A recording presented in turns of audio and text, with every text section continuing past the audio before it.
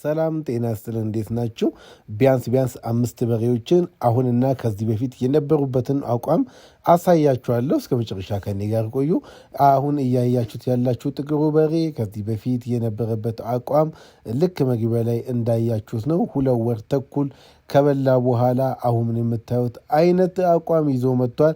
ስለዚህ 3 ወር የሚለው እሱ ጽሁፍ ብቻ ሆኖ ቀርቷል። በ2 ወር ተኩል በሬዎችን ማድለብ ይቻላል። 2 ወር ተኩል ማለት 45 ቀን ነው። በ45 ቀን ውስጥ ችኛውን ዲቃላም ነች ልጅም ነች ቶሎ ለመደለብ በጣም ሁኔታ ሁሉ የተመቻችላት ሲሆን በሁለት አይነት መኖ ብቻ ነው የሰጠነው። ሌላኛው በሬ ደግሞ እንደምትመለከቱት ይሄኛው ነው። ይሄኛው ቡሬ በሬ ስገባ ቆዳው ራሱ ትክክል አልነበረም፣ ሰውነቱም ልክ አልነበረም።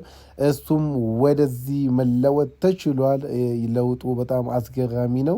እንደውም በቅርብ ቪዲዮ ስላልቀዳሁት ነው እንጂ ይሄኛው ገብቶ ወር ከ15 ቀን ከበላ በኋላ እየቀዳሁት ነውና ለውጡ እጅግ በጣም አስደናቂ ነው። ቁመት አለው።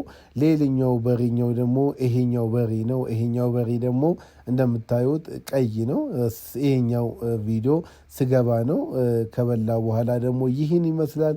ሰውነቱ ድልድል ብሎ በጥሩ አቋም ላይ ያለ ሲሆን መልኩ ራሱ ቡሬ በጣም የሚያምርና በጣም ቆንጆ ነው። ሌላኛው በሬ ደግሞ ይሄ ሚተኛው በሬ ነው። የሚተኛው በሬ ትንሽ ቪዲዮ ነው የወሰድኩኝ ግን 2 ወር ከበላ በኋላ ደግሞ የሱ ለውጥ እጅግ በጣም አስደናቂ ነው። አይኑ አካባቢ ላይ ምልክት ማድረግ ትችላላችሁ። አይኑ አካባቢ ጥቁር ነው። የሚተኛውም አይኑ አካባቢና ቀንዱ ቆም ያለ ነው። በዚህ መለየት ይቻላል። እና ይሄኛው በሬ በ2 ወር ተኩል በልቶ በጣም ለውጥ ነው ያሳየ ነው። ከኋላ እንደምታዩት ነው። እጅግ በጣም ደስ የሚል ነው። ጎንና ጎኑ ጎድኖቹ ራሱ ስጋዎችን ጨምሯል። ሻኛው በጣም ትንሽ ነው ግን ከኋላና ከጎን ቆንጆ ስጋ ይዟል። ሌላኛው ይሄ ጥቁሩ ሻኛ ከሻኛ ጀርባ ያለው መስመር ማየት ትችላላችሁ። ጥቁር ነው። ከሻኛ ጀርባ ያለው ነጭ መስመር አለው እና ስለወጥ ደግሞ ወደዚህ ተለውጧል። ስለዚህ ራሱ ነው አይደለም የሚለው ደግሞ ከሻኛ ጀርባ ያለው መስመር ማየት ትችላላችሁ።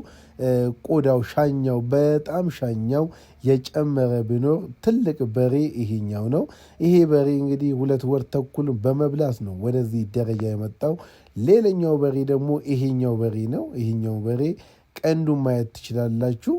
ይሄኛው ለውጥን በከፍተኛ ሁኔታ ያሳየ ሲሆን በአጭር ጊዜ ለውጦችን ማየት ትችላላችሁ። ስለዚህ በሬዎች ላይ መስራት የምትፈልጉ ሰዎች ኮንታክት እኔ ማድረግ ትችላላችሁ። በሬዎች ላይ በጣም ከፍተኛ ለውጥ ይመጣል። የሁላችሁ እኛ የምንሰጠው መኖ 3 አይነት መኖ ብቻ ነው።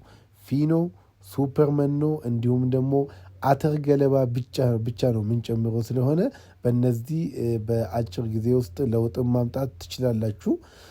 ምንድን ነው ማድረግ ያለባችሁ? በሬዎች ስታስገቡ ይወፍራሉ አይወፍሩም የሚለው ከባለሙያ ጋር አይታችሁ መግዛት ነው ያለባችሁ። ዝም ተብሎ ደስ ስላላችሁ ብቻ ከገዛችሁ ምናልባት ለውጦች ላይመጡ ስለሚችሉ እጅግ በጥንቃቄ ነው መገዛት ያለበት። ግዢ ላይ የምትሸወዱ ከሆነ ሽያጭ ላይ የምትሸወዳላችሁ። በብዛት አብዛኞቹ ሰው ይገዛሉ፣ ብዙ አይነት መኖ ያስገባሉ፣ በሬዎቹ አይለወጡም። ነገር ግን በ2 ወር ተኩል በመኖ ብቻ መለወጥ እንችላለን። ስለሆነ አሁን የኛውን በሬ በደንብ ይዩት። ይኸውላችሁ መልኩን፣ ሰውነቱን፣ ቀንዱን ሁሉ በደንብ ይዩት። ኢቭን ይሄኛው በሬ በጣም የምታስታውሱበት ሰውነቱ ደረቅ ያለ ነው እና ይሄ በሬ በአጭር ጊዜ ውስጥ ወደዚህ መለወጥ ተችሏል። ይሄኛው ሰውነቱ ራሱ ቆንጆ የመጣ ሰውነት ነው የያዘው።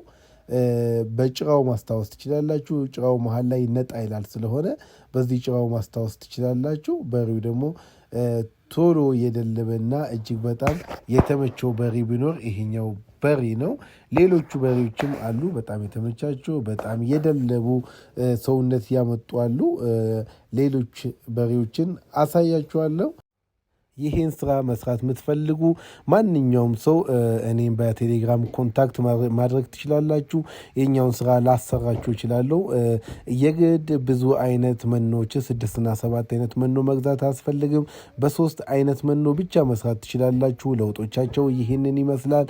ስለዚህ በዚህ ስራ አብረን የምንቀጥል ይሆናል። ብዙዎቻቸው ከኔ ጋር እየሰሩ ስለሆነ የኛውን ስራ ላግዛችሁ ፍቃደኛ ስለሆንኩኝ ከኔ ጋር መስራት ትችላላችሁ። እስካሁን ከእናንተ ጋር የቆየውኝ አብዲ እንስሳት ሐኪም ነኝ። መልካም የስራ ጊዜ እንደሆነላችሁ ተመኘው። ባይ